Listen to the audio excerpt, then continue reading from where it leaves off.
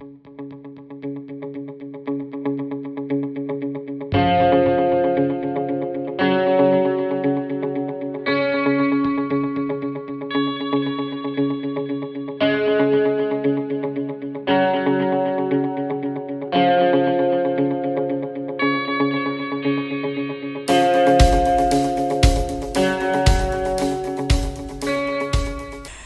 and welcome to Visibility with Sonia, where I interview dynamic people who are making waves in their community in the areas of business, culture and lifestyle. Today my guest is His Excellency, Mr. Seth George Ramacon. On the 22nd of December 2016, he officially became Jamaica's 13th High Commissioner here in the UK. Prior to this post, His Excellency served in Canada for 4 years as the Consul General of Jamaica. Not only is he the High Commissioner of Jamaica, he is also a non-resident ambassador for 6 countries. His Excellency is also an ordained pastor, a counselling psychologist, and he specialises in the areas of business and administration, which is highly important for his post. His Excellency, welcome to the show. Well, thank you so much, Sonia. It's quite a mouthful, isn't it? It is. So, first of all, I'd like to ask you this. Tell me, a man like you with so many different facets, just tell us a little bit about yourself, your family life, where you came from, and etc. Of course, born in Jamaica, Bath, St. Thomas. Not many people know of Bath. Okay. But that's in the very interiors of St. Thomas, and there's the oldest botanical garden in the Western Hemisphere, located right there. A real treasure that Jamaica has. And right across the road from the garden is the Bath Fountain, where you find this rock so unusual, where piping hot and really cold water comes out of the same rock. Wow. And it's been flowing there for how many centuries, I don't know. But of course, it is now all piped into this hotel, the Bath Fountain, which you can go and have your private baths in the mineral water. And historically, people from all over Europe would come to Jamaica just in order to get a little dip into that bath. And each one would say, it makes me feel different. Okay. Because of all the minerals that comes out of it. Let me just ask you this question. Yes. Okay? Which one is more popular, Milk River or the one in St. Thomas? Now, you know I'm going to say St. Thomas. And I have to say Milk River. Oh, you're okay. Well, yeah, that's where my parents are from. Okay, I defer to you on that. But certainly, Bath is just a hidden treasure that I think if it's developed, in the way it really has a potential to be developed, it would be a real great treasure and tourist attraction for Jamaica, and I'm hoping this is going to be one of the things we're able to do, very, very soon. Awesome. Yes. That's great. Okay, so as ambassador, oh my gosh, who manages all these different countries, tell me, how do you influence other countries and individuals to invest in those countries, and also how do you attract tourism to those countries?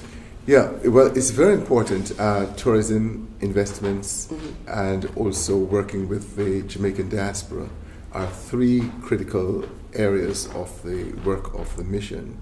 And Jamaica is a brand, and that's really, an advantage we have. When you say Jamaica, it's easily recognized, and as I've said, you don't even have to say Jamaica, you just have to say Montego Bay. Yes. Or Ocho Rios, or Usain Bolt, Bob Marley, bobsled, Blue Mountain Coffee. These words are trigger words. And you say Jamaican patois, because that now is also a language that is being taken on in other places. And this really makes it easy for you to get the attention of folks. But of course, we're in a very competitive world. Yeah. And so we have to be able to identify what makes us so different. And I think the explanation is very well expressed in the fact that Jamaica has the highest percentage of tourists returning to Jamaica. What that means is that people have that little phrase, when you go, you know. Yes. It's ever so true. Because when people go there, they really experience Jamaica, and you wonder, well, what is it about Jamaica that makes it so different? Well, of course, it's people. Yeah. That is very, very unique and special. A warm, friendly people that make visitors feel that they're among family when they get there. And of course, don't talk about the cuisine. Don't talk about the entertainment, the culture. And you can begin to go all the way down the road to give people a very special taste they get nowhere else in the world. Yes. And so we can sell Jamaica. We can sell Jamaica in that way. You know, I just can't allow the moment to go and not to remind people that in the year 2012, when the National Geographic magazine was trying to list the national dishes of the world, the 10 top national dishes were published, and number 2 in the world was ackee and saltfish. Also, number 2. Yeah. And when you think of what number 1 was. Yeah, what was it? Don't tell me fish and chips. No, hamburger. Hamburger. Seriously? Now, when you consider that it took all of McDonald's billions of dollars and, Burger King billions of dollars to get hamburger up to number 1, the power of Jamaica, the brand of Jamaica tells you we became number 2. Yeah. And that was just because of our people, because of the fact that people just like Jamaica, the name Jamaica, the taste of Jamaica. Wherever you go and you say to people, ask you, where are you from? And you just say, Jamaica. They say, Jamaica. Yes. You know, that's the response you get. There's something about Jamaica that means so much to people right across this world. We are everywhere. And that is true. We are and everywhere. we do make a difference. At times, young people or the younger generation, they find it really difficult to focus, especially with all the things that's going on all over the world. They find it difficult to focus on their studies. As someone who has a list of qualifications and a load of accolades, can you just tell our younger generation how you focused and what kind of discipline you have? Oh, without having a real set goal in life, if you haven't decided on that, you just don't know where you're going. It's very simple, and as simple as that. To have a clear goal and to make this goal the big desire, the big thing that you want to achieve in your life, and then you create a path to the goal. And of course, the discipline to walk the path to the goal. Once that is in place, you find that life becomes so much easier. First of all, you're able to set your priorities, and therefore you know what to spend your time on, and the things that you just don't fit into your plan. And really, it's also trying to associate with the kind of people that you feel are the people that have made success in the area that you want to become successful. These are kind of what you would call role models or mentors. Absolutely. And these are the persons that you try to be close to because they will help you to get along. I find that young people who associate with those who are older, with the experience and so on, tend to do better in life than just, being on the playing field. Now, don't get me wrong. The playing field is a big part of, youth development. But it must be understood that to learn not only from your textbook, but from the practical experiences that your elders have gone through is very, very important. We're living in a world where there's a dominance of information coming across the internet and so many other media. And young people have to understand that to protect your mind is really central. Because that's where it all happens, in your mind, and you become what you think. And so that really is going to be a big part of it. Mindset. Absolutely. Course. So, do you think that having studied psychology and behaviour management and also being ordained as a pastor, has that enabled you to stand out amongst your peers so that you could be qualified for the job as the High Commissioner? Certainly. I think the greatest skill one can obtain is a skill to work with people, to manage, to relate, and managing people is really, I think the key is empowering people. Management is not about controlling people. It's about helping people to discover who they are and to maximize their potential. Yes. And once you're helping people to grow, then it becomes a better place, a great environment. People cooperate. You're able to get them to move along. Yeah. And that is what theology, psychology, and all the various disciplines of that nature help you to do. It helps you to understand people. It helps you to be able to work with them, to identify the good, the skills, the strengths, rather than just the negative things about the people that you relate to. And that has to do with young people as well as older people. Of course, that means showing respect and regard. Do you think like sometimes people are afraid? You know, they see people in a higher position and they're like, oh my gosh, they get starstruck and they're afraid to approach them. Whereas, you know, if they would put that fear down, because fear does grip us in a way that sometimes it paralyzes us. Do you think that's a problem for some people? It does. And the responsibility, therefore, lies with the person who is stronger to help the person who is weaker. You know, those who are strong must bear with the failings of the weak. And that is an important thing to have in the back of your mind. That when you see someone is probably becoming a little bit anxious because they are in your presence and you know, you don't lord it over them. You simply help them to become comfortable and to know that, well, you know what? There's nothing about me that is better than you. You know, we have different roles, different positions in life, but we must understand that where you see me today, they say once a man, twice a child. Yes. I may be the one lifting you up. You may have to lift me up at a later date. Awesome. And that level of humility helps people to realize that, look, I better be, you know, sort of learn to subordinate myself to others. The thing that jumps out at me is that, you know, what goes up must come down. Absolutely. And when you're on your way up, be careful, you know, be careful of what you say to the people who are coming up behind you, because, you know, if you're going to dip down, you know, those people behind you may be the one that's going to catch you. Right, absolutely. Yeah. Absolutely. Awesome. Okay, so you have a multifaceted background. You could be regarded as a career diplomat, a psychologist, an author, a teacher. You know, how do you separate the different facets in your life? Oh, it's simply, you know, at the moment, whatever you're dealing with, then, you know, it's a matter of focus.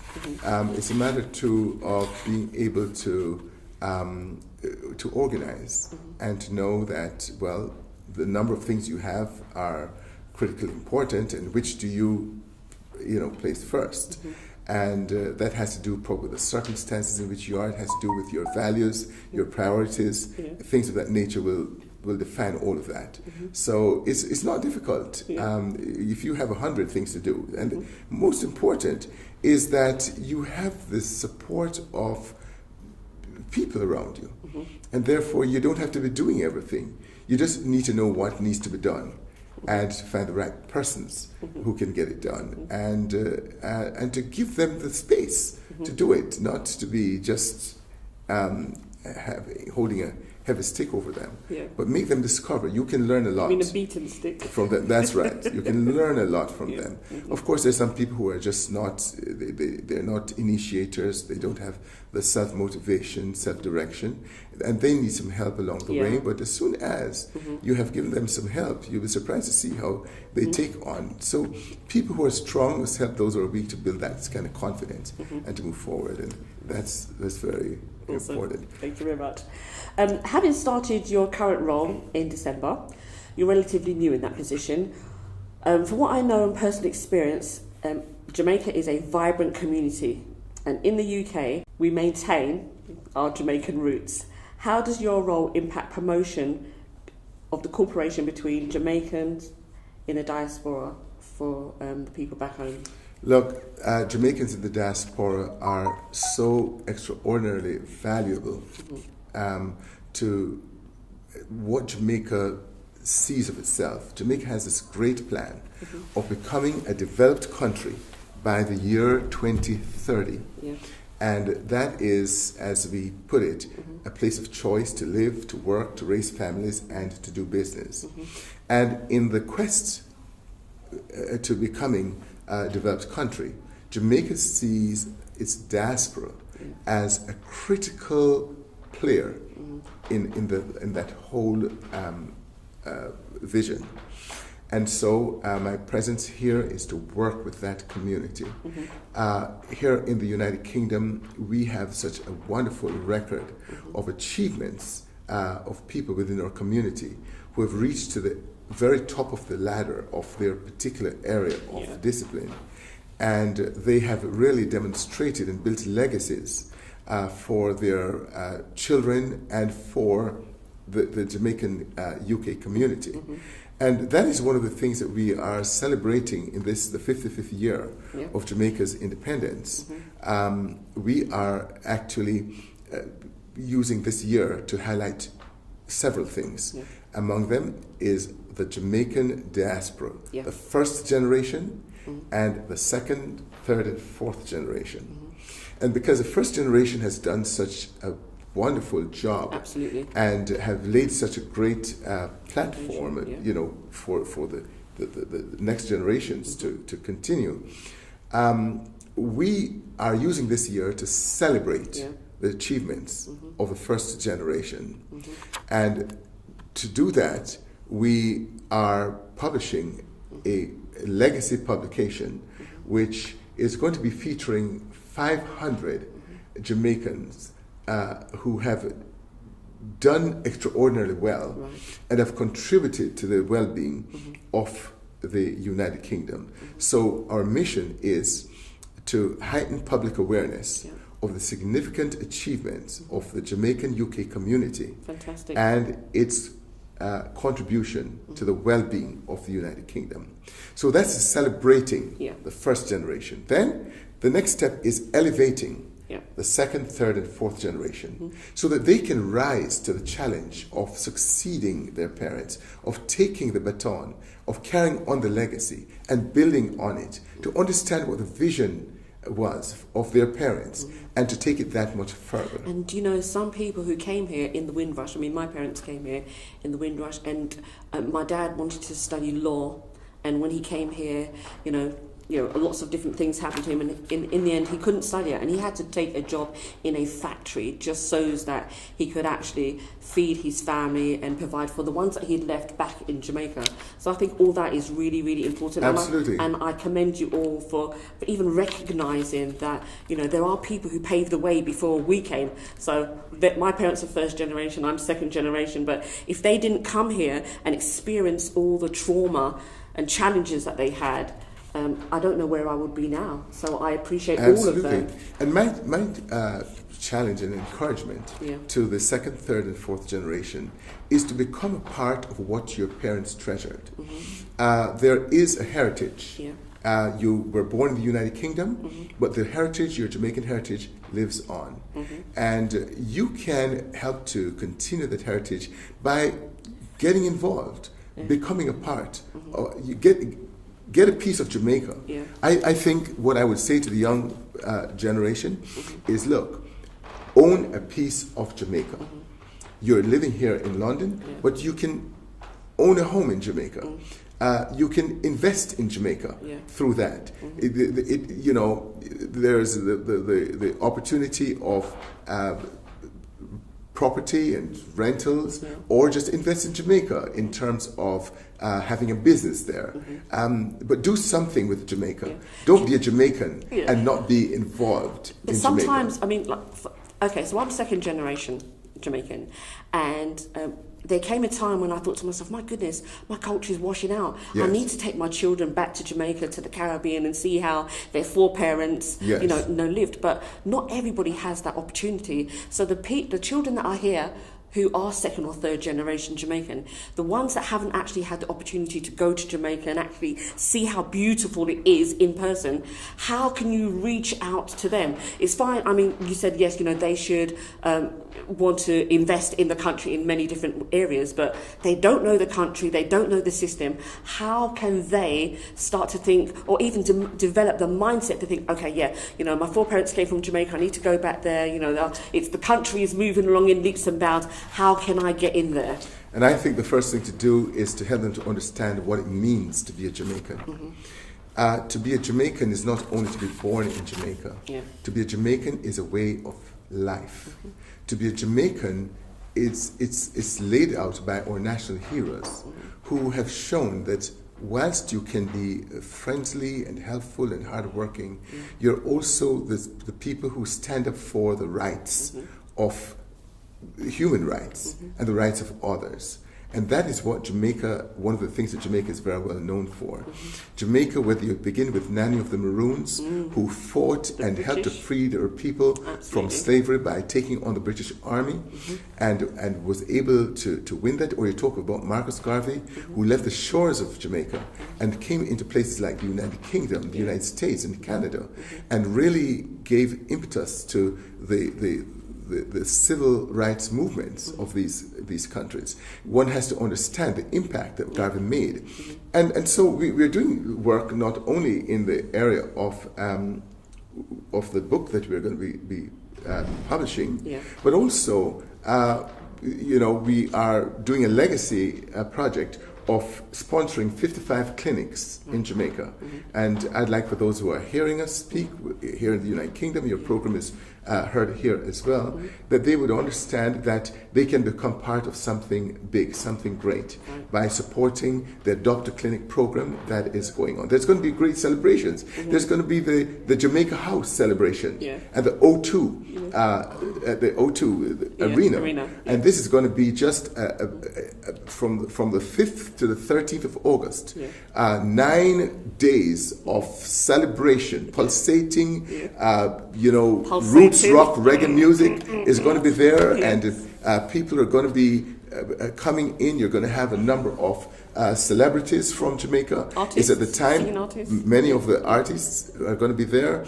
That's the time when the World Games are going to be taking place, and of course Usain Bolt is going to be having his last debut, and for that reason he's going to come out as a world champion, and we are rooting for him to continue to hold on to that title and to retire, of course, as the world champion, and of course the great legend that he has become for Jamaica. There's going to be so many things that are happening in that direction. So I would love to say to the community here that it's just important to get involved, contact the mission, and get to learn more about what we're doing here, and to become a part of it, because we are going to keep not only defending that brand, but elevating the Jamaica brand throughout the year 2017, when we celebrate our 55th celebrations. And of course, do not forget the Jamaica Diaspora Conference. From the 23rd to the 27th of July, the Jamaica Diaspora Conference will take place in Kingston.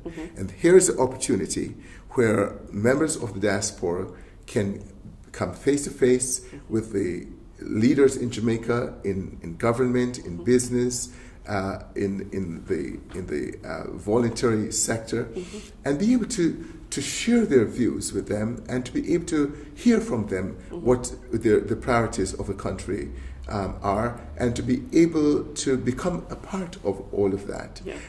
We believe that the quest for Jamaica to become a developed country very much requires the input of the diaspora. And so there's a lot of room to talk about the things that are of interest to you, things about investments, or things about just where Jamaica is going, how we're going to fix the problems. Is that the one here in the UK, or is this the one in Kingston? This is going to be the Diaspora Conference in Kingston on the 16th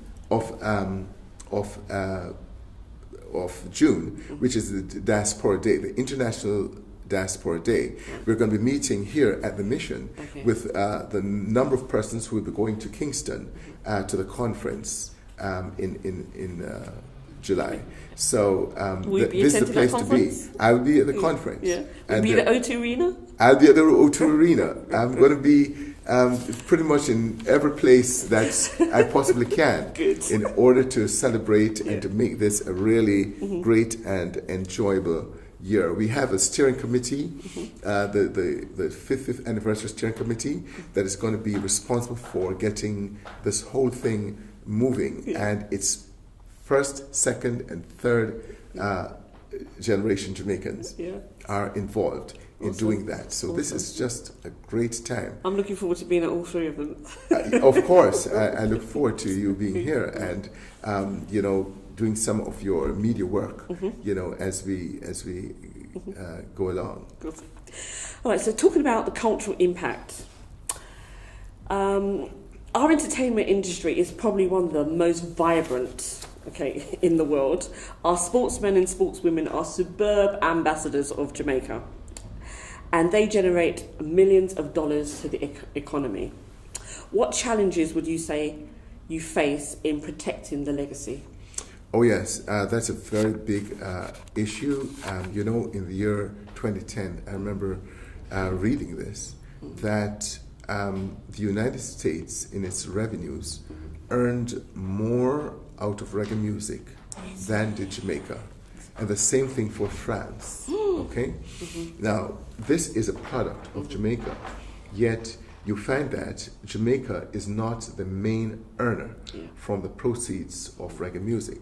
And that goes for a number of other things, Jamaican products that or products that are being labeled as Jamaican when it is not, because the idea that it is Jamaican, that alone adds value to the product.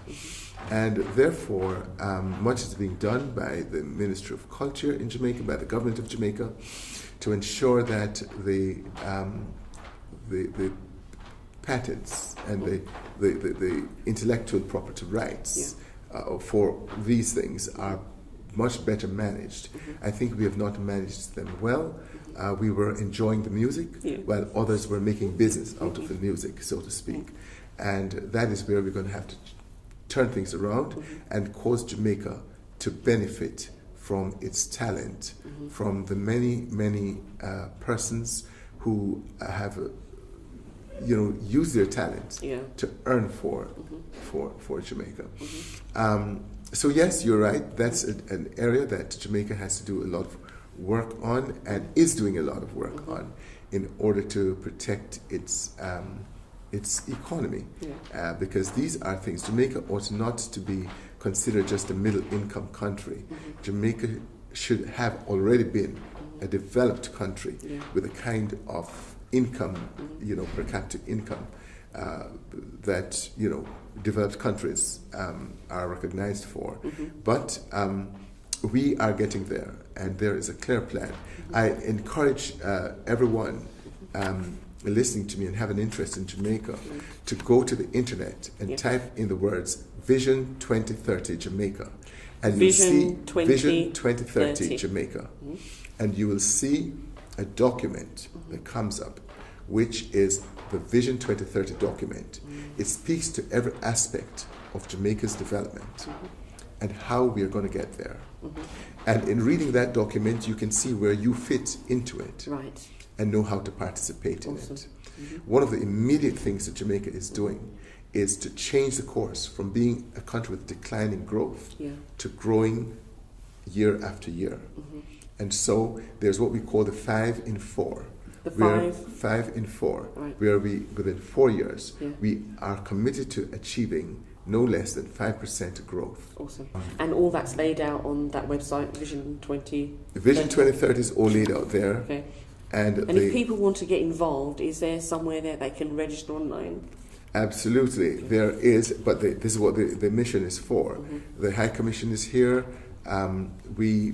We have a database of persons, but it's a growing database, and we want to have more people on so that we can share information with them.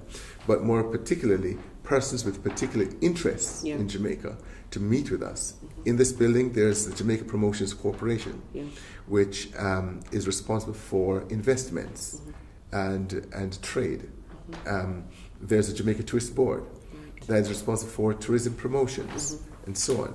We have an area of this of the work here that focuses on the diaspora, on the community, on the consular matters, for helping persons to get their documents for travel to Jamaica, or for advising you on things like working to get your your land in Jamaica, the property without the title, Yeah. just how you can go about doing that. Or if it is a question of your birth certificate that you need to get straightened out, how you go about doing that. Okay. Things like you want to return to Jamaica, what's the procedure, all this kind of a thing. The services are offered here, and we can give you all the support. So we want to encourage people, get close to, this is Jamaica in Britain. This is Jamaican soil in which you sit when you are in Britain. And therefore, you can come to Jamaica, come here to the High Commission, and get to understand what it is that we offer and to see how we can be of help, because that's what we are here for. Awesome. We know that there are a lot of people, they've been here for so many years, they don't even know what the High Commission does. Yeah. And we want them to know that we are here.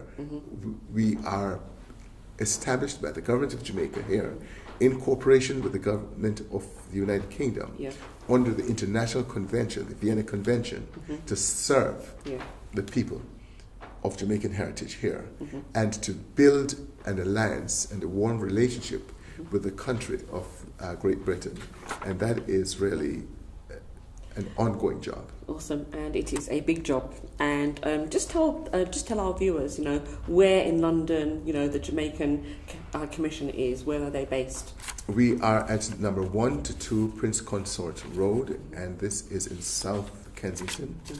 And it's very easily recognized. The Jamaican flag is hung out there throughout the day. It's only taken down at night. Okay. And every morning, it's put up very early in the morning. And, throughout the year, we are going to be having celebrations. Members of the High Commission are going to be pretty much everywhere in the community. Just a few days ago, I was in Liverpool, in Brixton, in Bristol, in Gloucester, just every place. We try to find ourselves and to be there, to be in the community, to know the people, to work with them, to listen to them, those kinds of things. Is this not just a sort of a official body that deals only with government here? We are here to deal with the people that are of Jamaican heritage and are friends of Jamaica, and we want them to know that, and that we are ready to build that relationship. Thank you very much. For the next 6 months, yes, in the post of High Commissioner of Jamaica, what can we expect from you? Oh, most certainly, because the 6 months is going to be completing the 55th year of independence. It's going to be all about elevating the Jamaica brand. Party? No, not at all. Interestingly, it's legacy. Okay. It's elevating the Jamaica brand. At the end of this first year, more people in the United Kingdom must be aware of Jamaica, even more than they have. But not only aware of its existence, but what it's about. It must be about its people. It must be about what Jamaica stands for, its values. It must be about where Jamaica is going. It must be about Jamaica's place in the world and why Jamaica is such a valuable global player. It must be an understanding of Jamaica's contribution to the well-being of the United Kingdom and how much Jamaica's presence in the United Kingdom has helped the United Kingdom to become great. We want it to be understood that the generations of Jamaicans that are here are people who are not only helping to build the United Kingdom, but are helping to build the country of their heritage. And so we want them to become fully engaged. And so this year we will see more of the second, third, and fourth generation persons of Jamaican heritage coming to the fore and being involved. Already it's happening. Already they are involved in the work that we are doing on the ground right here in the mission. You will see, if you come to any of our functions, you'll see maybe a majority of young people are present here. And that is because their parents are becoming more and more aware that in order for their legacy to be carried on, they're going to have to already engage their children in the work that they are doing. It's not enough to wait until you have retired to get them involved. So that is a big part of it. And we want more and more, even in the churches, in the diaspora. The churches play a very important role. And you find that most of the churches, when we go there, although there are people from other nationalities there, the dominant number of persons in most of the churches within the Jamaican UK community are Jamaicans. And for that reason, the churches are an easy place to reach the people. And so there's a leadership there, the pastoral leadership. And for that reason, we link in to the leadership of the pastors in the churches. And we're able to communicate with the community in that way. So there is a network that we are building and that we are working with. Awesome. We have a very strong social media group that is working in order to get the message out. I hope they're out there tweeting today that we're here talking together. I bet you that they are. I bet you that already, there is a lot of Twitter and Facebook that has gone out there already. And of course... I'll have to check it out. Yes, and you're going to be seeing a lot of selfies with their television, showing them on TV. There it is, So this is going to be a lot of publicity. Awesome, that's fantastic. Yes. So, His Excellency, I want to say thank you very much for allowing us to come into your office. And it's been a pleasure speaking to you. It's been very enlightening. I love the things that you're doing for Jamaica and for the second and third generation, that you're not excluding us, that you're including us. And I will be going onto the website to see how I can have an input into what's going on in the many different celebrations that you've got going on. Absolutely, you're most welcome, and I'm very sure that the more we continue to explain about Jamaica, the more people are going to be attracted to Jamaica. Jamaica is yet to be discovered. It's a treasure. What did they say? Yeah, man. That is right. It's a little piece of treasure that, when you find it, you will not want to lose it again. Awesome. But it takes a little time to find it, and we're helping people to find that piece of treasure in the Caribbean called Jamaica. Thank you. Be sure to tune in to the next episode of Visibility with Sonia, where I help movers and shakers be seen, be heard, and be visible.